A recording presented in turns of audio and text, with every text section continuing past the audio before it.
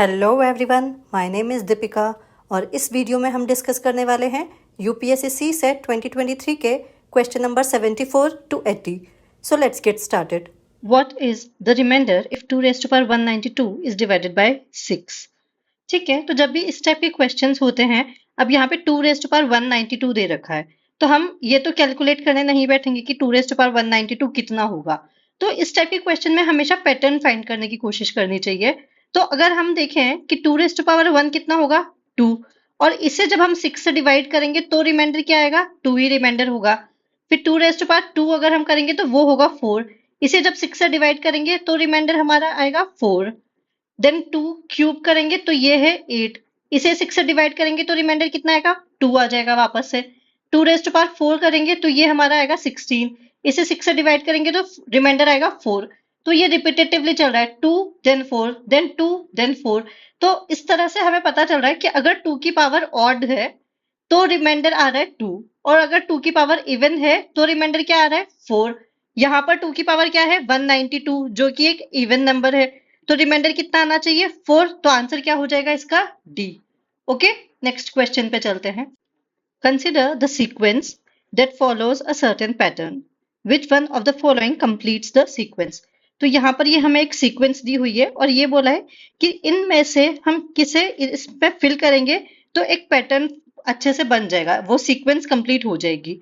तो इस टाइप के क्वेश्चन में यही सही रहता है कि 4 बार इन्हें लिख लो और सब ऑप्शंस को एक बार पुट कर करके देख लो, जिसमें सही पैटर्न बन जाएगा, सही सीक्वेंस बन जाएगी, वही हमारा आंसर निकल जाता है। अदरवाइज दूसरा तरीका ये भी हो सकता है कि यहाँ पर अगर हम काउंट करेंगे तो 1 2 3 4 5 6 7 8 9 10 11 12 13 14 15 16 17 18 19 20, टोटल 20 टर्म्स हैं इस सीक्वेंस में।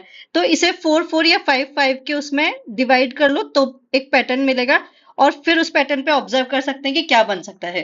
फिलहाल हम ऐसे ही इसको करने की कोशिश करते हैं। ABC, ए ऑप्शन फिल करेंगे तो क्या आएगा D A C B। तो यहाँ पर क्या बन रहा है ABCD, AABC, CDAB, BCD, कोई पैटर्न नहीं लग रहा है यहाँ पर। तो ठीक है, नेक्स्ट बी ऑप्शन देखते हैं CDAB। अब इसे फिल करने पे ABCC, DABC, ADA, BBC, CDB, कोई यहाँ पर भी कोई सही से पैटर्न नहीं बन रहा है। Next C option DCCA। तो इसमें क्या बन रहा है ABCD, CABC, CDABB, CDAA, ये भी कोई पैटर्न नहीं बन रहा है। तो डी ऑप्शन देखते हैं DDCA। अब ABCD, DABC, CDAB, BCDA, ABCD, तो ये एक पैटर्न हमें मिल रहा है। यहाँ पर ये ABCD बन रहा है, फिर क्या हो रहा है ये जो D है फोर्थ टर्म ये आगे आ गई तो ये DABC बन गया। अगेन ये C है जो लास्ट वाली टर्म ये आगे आ गई तो CADB बन गया।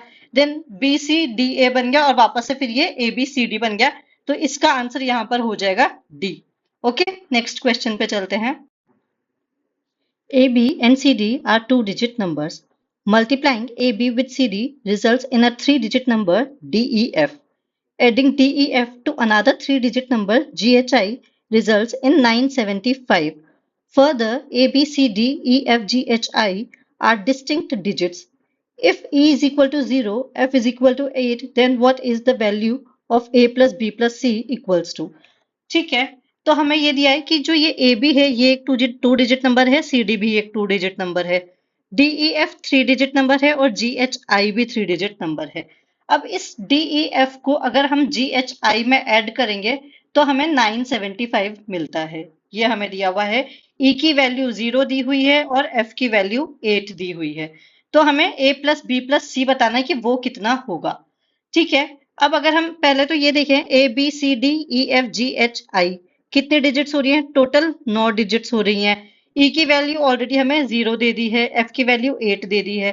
तो डिजिट्स और कौन कौन से बचे 1 2 3 4 5 6 7 एंड 9, ये डिजिट्स अभी हमारे पास बचे हैं। ठीक है, क्योंकि सब अलग अलग डिजिट है तो इनमें से कोई भी डिजिट हो सकते हैं। ठीक है, अब देखते हैं, कोशिश करते हैं कैसे निकलेगा, इनकी वैल्यू क्या होगी।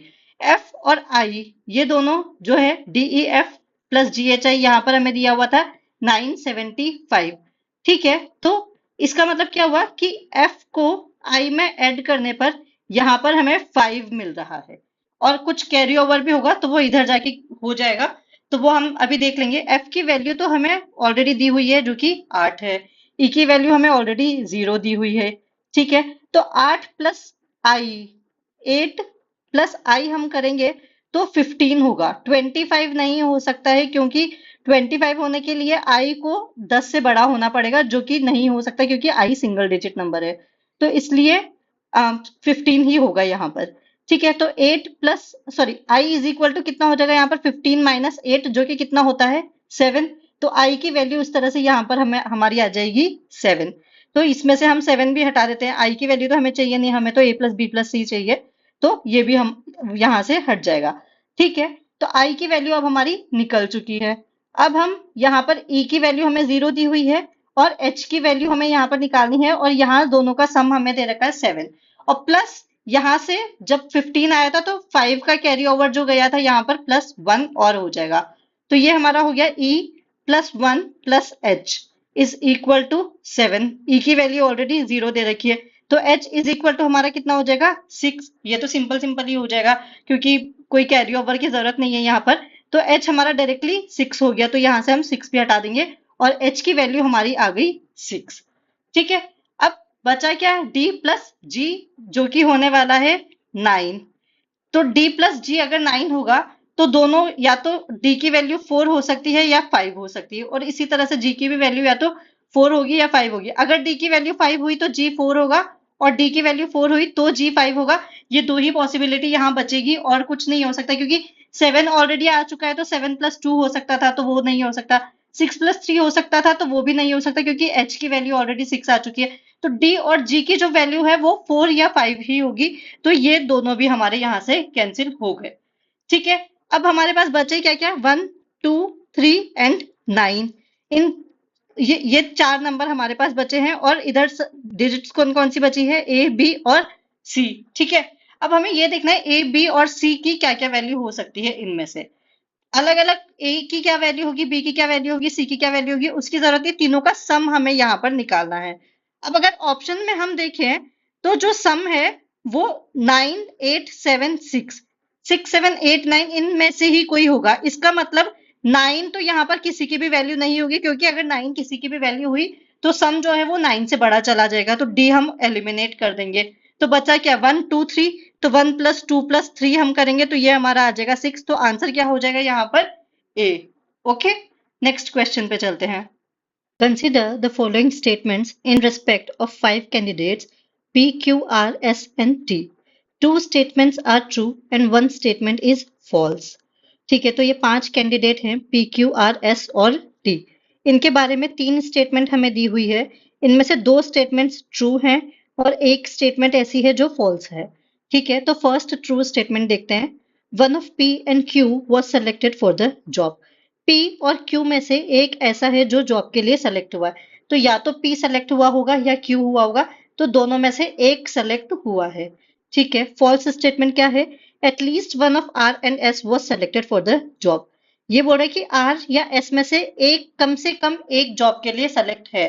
तो इसका रिवर्स करेंगे जब हम ट्रू स्टेटमेंट निकालेंगे तो वो बनेगा कि R और S में से कोई भी जॉब के लिए सेलेक्ट नहीं हुआ है, क्योंकि वो बोलना चाह रहा है कि कम से कम एक सेलेक्ट हुआ है पर कोई भी सेलेक्ट नहीं होगा तब ये स्टेटमेंट ट्रू होगा। तो इसलिए R और S दोनों ही जॉब के लिए सेलेक्ट नहीं हुए हैं। ठीक है, थर्ड स्टेटमेंट देखते हैं। At most 2 of R, S and T were selected for the job. R, S और T में से ज्यादा 2 लोग जॉब के लिए सेलेक्ट हुए हैं। अब हम देख चुके हैं R और S तो दोनों ही सेलेक्ट नहीं हुए, तो सिर्फ T ही ऐसा होगा जो जॉब के लिए सेलेक्ट हुआ है। तो यहाँ से सिर्फ T जॉब के लिए सेलेक्ट हुआ है। ठीक है, तो एक यहाँ से सेलेक्ट हुआ है।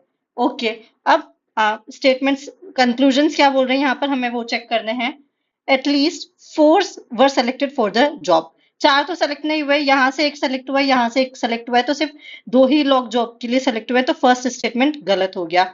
S was selected for the job, नहीं एस भी सेलेक्ट नहीं हुआ है क्योंकि हम ऑलरेडी सेकंड स्टेटमेंट से इसको फॉल्स कर निकाल चुके हैं, तो एस भी सेलेक्ट नहीं हुआ है, तो 2 भी गलत हो गया। तो आंसर इसका हो जाएगा डी, नीदर 1 नॉर 2। दोनों में से कोई भी दोनों में से कोई भी स्टेटमेंट ट्रू नहीं है, कंक्लूजन ट्रू नहीं है, तो आंसर यहाँ पर आ जाएगा हमारा D.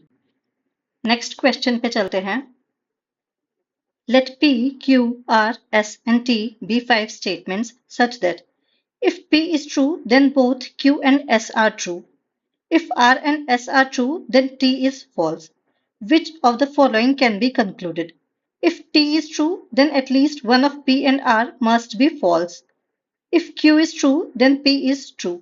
Select the correct answer using the code given below. ठीक है, तो हमें ये दो स्टेटमेंट यहाँ दी हुई है। तो फर्स्ट में बोला है if P is true, then both Q and S are true. अगर P ट्रू है तो Q और S दोनों ही ट्रू होंगे, लेकिन ये नहीं बताया कि P फॉल्स होगा तो क्या होगा। तो तीन कंडीशन बन सकती है कि या तो Q और S दोनों ही फॉल्स हो जाए, या फिर दोनों में से एक फॉल्स हो तो क्यू ट्रू हो और एस फॉल्स हो, या फिर क्यू फॉल्स हो और एस ट्रू हो। तो ये तीन स्टेटमेंट्स तब बन सकती हैं, तीन कंडीशंस तब हो जाएंगी जब पी हमारा फॉल्स होगा तब। ठीक है, अब सेकंड स्टेटमेंट में देखते हैं। If R and S are true then T is false. R और एस दोनों ट्रू हैं तो टी फॉल्स होगा, ये हमें यहाँ पर बोला हुआ है। ठीक है, लेकिन अगर दोनों में से एक भी फॉल्स हुआ कि आर फॉल्स हो गया और एस ट्रू हो गया तो टी ट्रू हो सकता है, या फिर आर जो है वो ट्रू है और एस जो है वो फॉल्स है तब भी टी ट्रू हो जाएगा, या फिर दोनों ही फॉल्स है, आर भी फॉल्स है और एस भी फॉल्स है तब भी टी हमारा ट्रू होगा। टी गलत सिर्फ एक ही कंडीशन में होगा जब आर और एस दोनों सही होंगे, बाकी हर कंडीशन में टी ट्रू होगा। ठीक है, अब कंक्लूजन्स देखते हैं क्या दिया हुआ है। If T is true, then at least one of P and R must be false. ठीक है, तो हमें ये दिया हुआ है कि अगर T ट्रू है तो R या P में से एक ना एक फॉल्स होना चाहिए। ठीक है, अब यहाँ पर जो ये कंडीशन हमें दिख रही है T के ट्रू होने की, उसमें दो कंडीशन में तो हमें पता चल रहा है कि R फॉल्स है, लेकिन एक कंडीशन में हमें लग रहा है कि R ट्रू भी हो सकता है। तो अगर इस वाली कंडीशन में हम ये देख लें कि इस वाली कंडीशन में P फॉल्स हो सकता है तो ये वाला स्टेटमेंट हमारा ट्रू हो जाएगा। ठीक है, तो आर ट्रू है और एस फॉल्स है इस वाली कंडीशन के अकॉर्डिंग। अब एस फॉल्स के अकॉर्डिंग अगर हम फर्स्ट स्टेटमेंट पे जाएं, एस फॉल्स है और फर्स्ट स्टेटमेंट में, तो एस फॉल्स है तो पी की क्या कंडीशन होगी, पी फॉल्स ही होगा उस कंडीशन में। अगर एस फॉल्स है तो पी उस कंडीशन में फॉल्स ही होगा, पी फिर ट्रू नहीं हो सकता। तो इसका मतलब फर्स्ट कंक्लूजन हमारा ट्रू हो गया। ये हमने देख लिया कि टी ट्रू है, टी ट्रू होने पे दो कंडीशन हमें पता चल गई कि आर की फॉल्स हो सकती है, या फिर एक कंडीशन ऐसी है जब आर ट्रू हो सकता है तो उस वाली कंडीशन में पी फॉल्स हो सकता है। तो पी और आर में से एक ना एक तो फॉल्स होगा ही होगा, तो इसलिए फर्स्ट कंक्लूजन हमारा ट्रू हो गया। अब सेकंड कंक्लूजन पे देखते हैं। If Q is true then P is true. Q true है तो पी ट्रू होना चाहिए, लेकिन क्यू ट्रू तो इस कंडीशन में भी हो रहा है और इस कंडीशन में पी फॉल्स हो रहा है, तो ये जरूरी नहीं है कि क्यू ट्रू है तो पी ट्रू हो, तो इसलिए सेकंड कंक्लूजन फॉलो नहीं कर रहा है। तो आंसर यहाँ पर इसका ए ही होगा, one only. Okay, next question पे चलते हैं। A cuboid of dimensions 7 centimetre, 5 centimetre, 3 centimetre is painted red, green and blue color on each pair of opposite faces of dimensions 7 by 5, 5 by 3 and 7 by 3 centimeter respectively. Then the cuboid is cut and separated into various cubes, each of side length 1 centimeter. Which of the following statements is or are correct? There are exactly 15 small cubes with no paint on any face.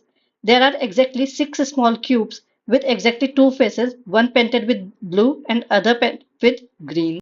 तो यहाँ पर हमें दिया हुआ है कि जो cuboid के ऑपोजिट फेसेस हैं, फेसेस कौन कौन से डायमेंशन के हो जाएंगे, 7 by 5, 5 by 3 और 7 by 3।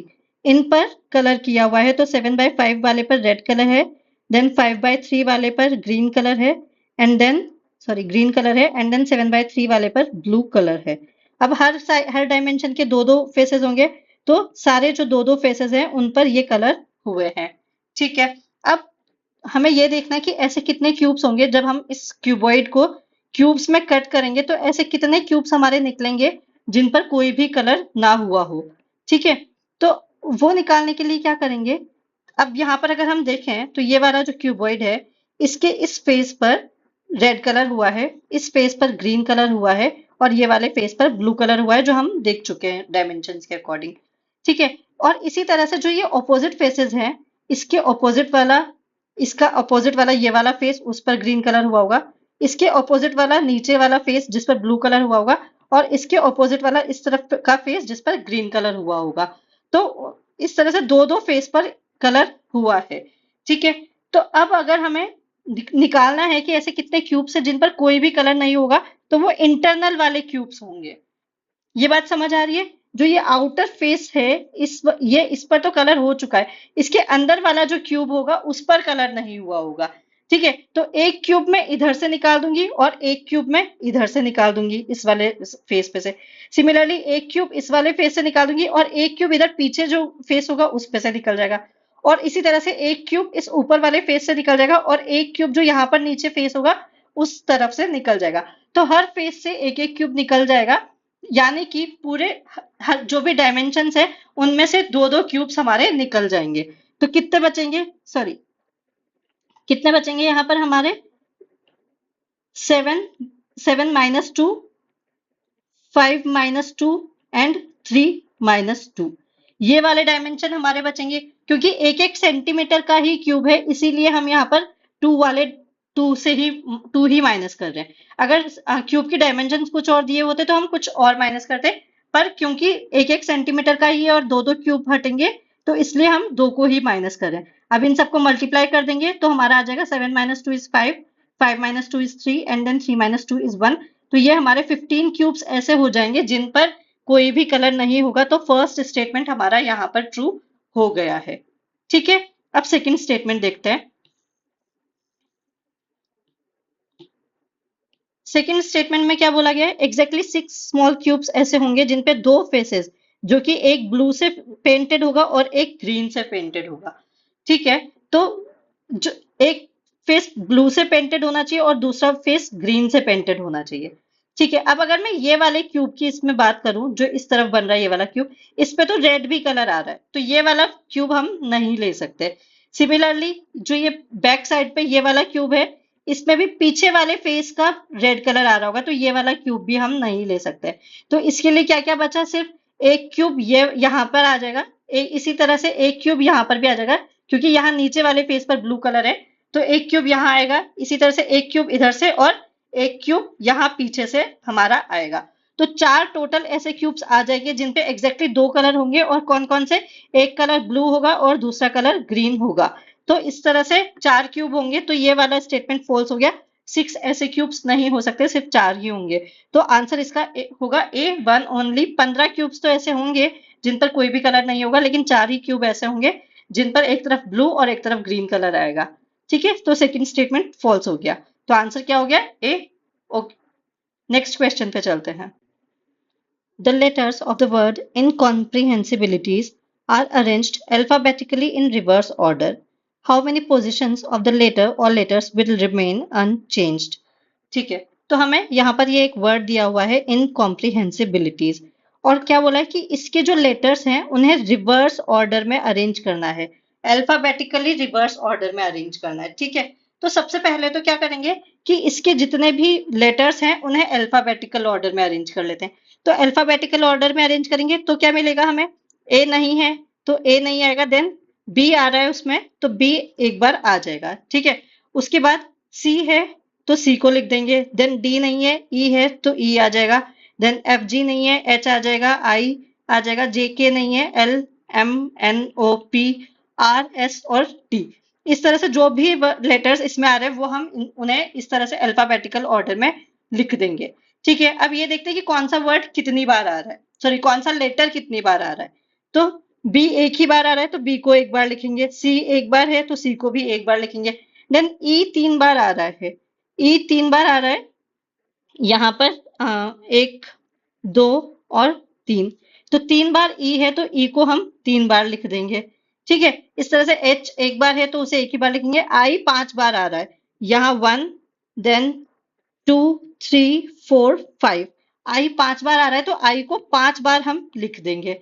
ठीक है, then L M N, N 2 बार है तो एन को 2 बार लिख देंगे, ओ पी आर एस को फिर से 2 बार लिख देंगे, और टी। तो जो लेटर जितनी बार आ रहा है उसको उतनी बार ही हम लिख देंगे। लेकिन हमें बोला क्या है कि इसे रिवर्स ऑर्डर में अरेंज करना है। Alphabetically reverse order. तो ये तो हमने नॉर्मल ऑर्डर में किया है, इसे अब हम रिवर्स ऑर्डर में अरेंज कर देंगे। तो बी इधर सबसे लास्ट में आ जाएगा और ये जो टी है वहां से हमारी स्टार्टिंग होगी, तो टी सबसे पहले आ जाएगा। ठीक है, तो ये इसका अल्फाबेटिकली रिवर्स ऑर्डर हो गया। अब क्या बोला है कि इसे हमें इनकॉम्प्रिहेंसिबिलिटीज, जो ओरिजिनल वर्ड हमें दिया हुआ है उससे कंपेयर करना है और ये बताना है कि कितने ऐसे लेटर्स हैं जिनकी पोजीशन चेंज नहीं होगी। ठीक है, तो इनकॉम्प्रिहेंसिबिलिटीज ऊपर लिख देंगे और नीचे जो ये हमारा अल्फाबेटिकली रिवर्स ऑर्डर में अरेंज करने पे आया वो लिख देंगे। तो अब आई की जगह पर हमारा टी आ चुका है, एन की जगह पर एस आ गया है, सी की जगह पर भी एस आ गया है, ओ की जगह पर आर आ गया है, एम की जगह पर पी आ गया है। लेकिन इसी तरह से चेक करते जाएंगे तो सिर्फ दो ही जगह पर ऐसी है जहां पर चेंज नहीं हुआ है। यहाँ पर आई था, आई का आई ही हुआ है, और यहाँ पर भी आई की जगह आई ही हुआ है। तो दो लेटर्स ऐसे होंगे जिनकी पोजीशन चेंज नहीं हुई है। तो आंसर क्या हो जाएगा इसका? सी। अगर क्वेश्चन समझ आ रहा है, वीडियो अच्छी लग रही है तो प्लीज़ वीडियो को लाइक करें, शेयर करें और चैनल को सब्सक्राइब करें। Thank you so much.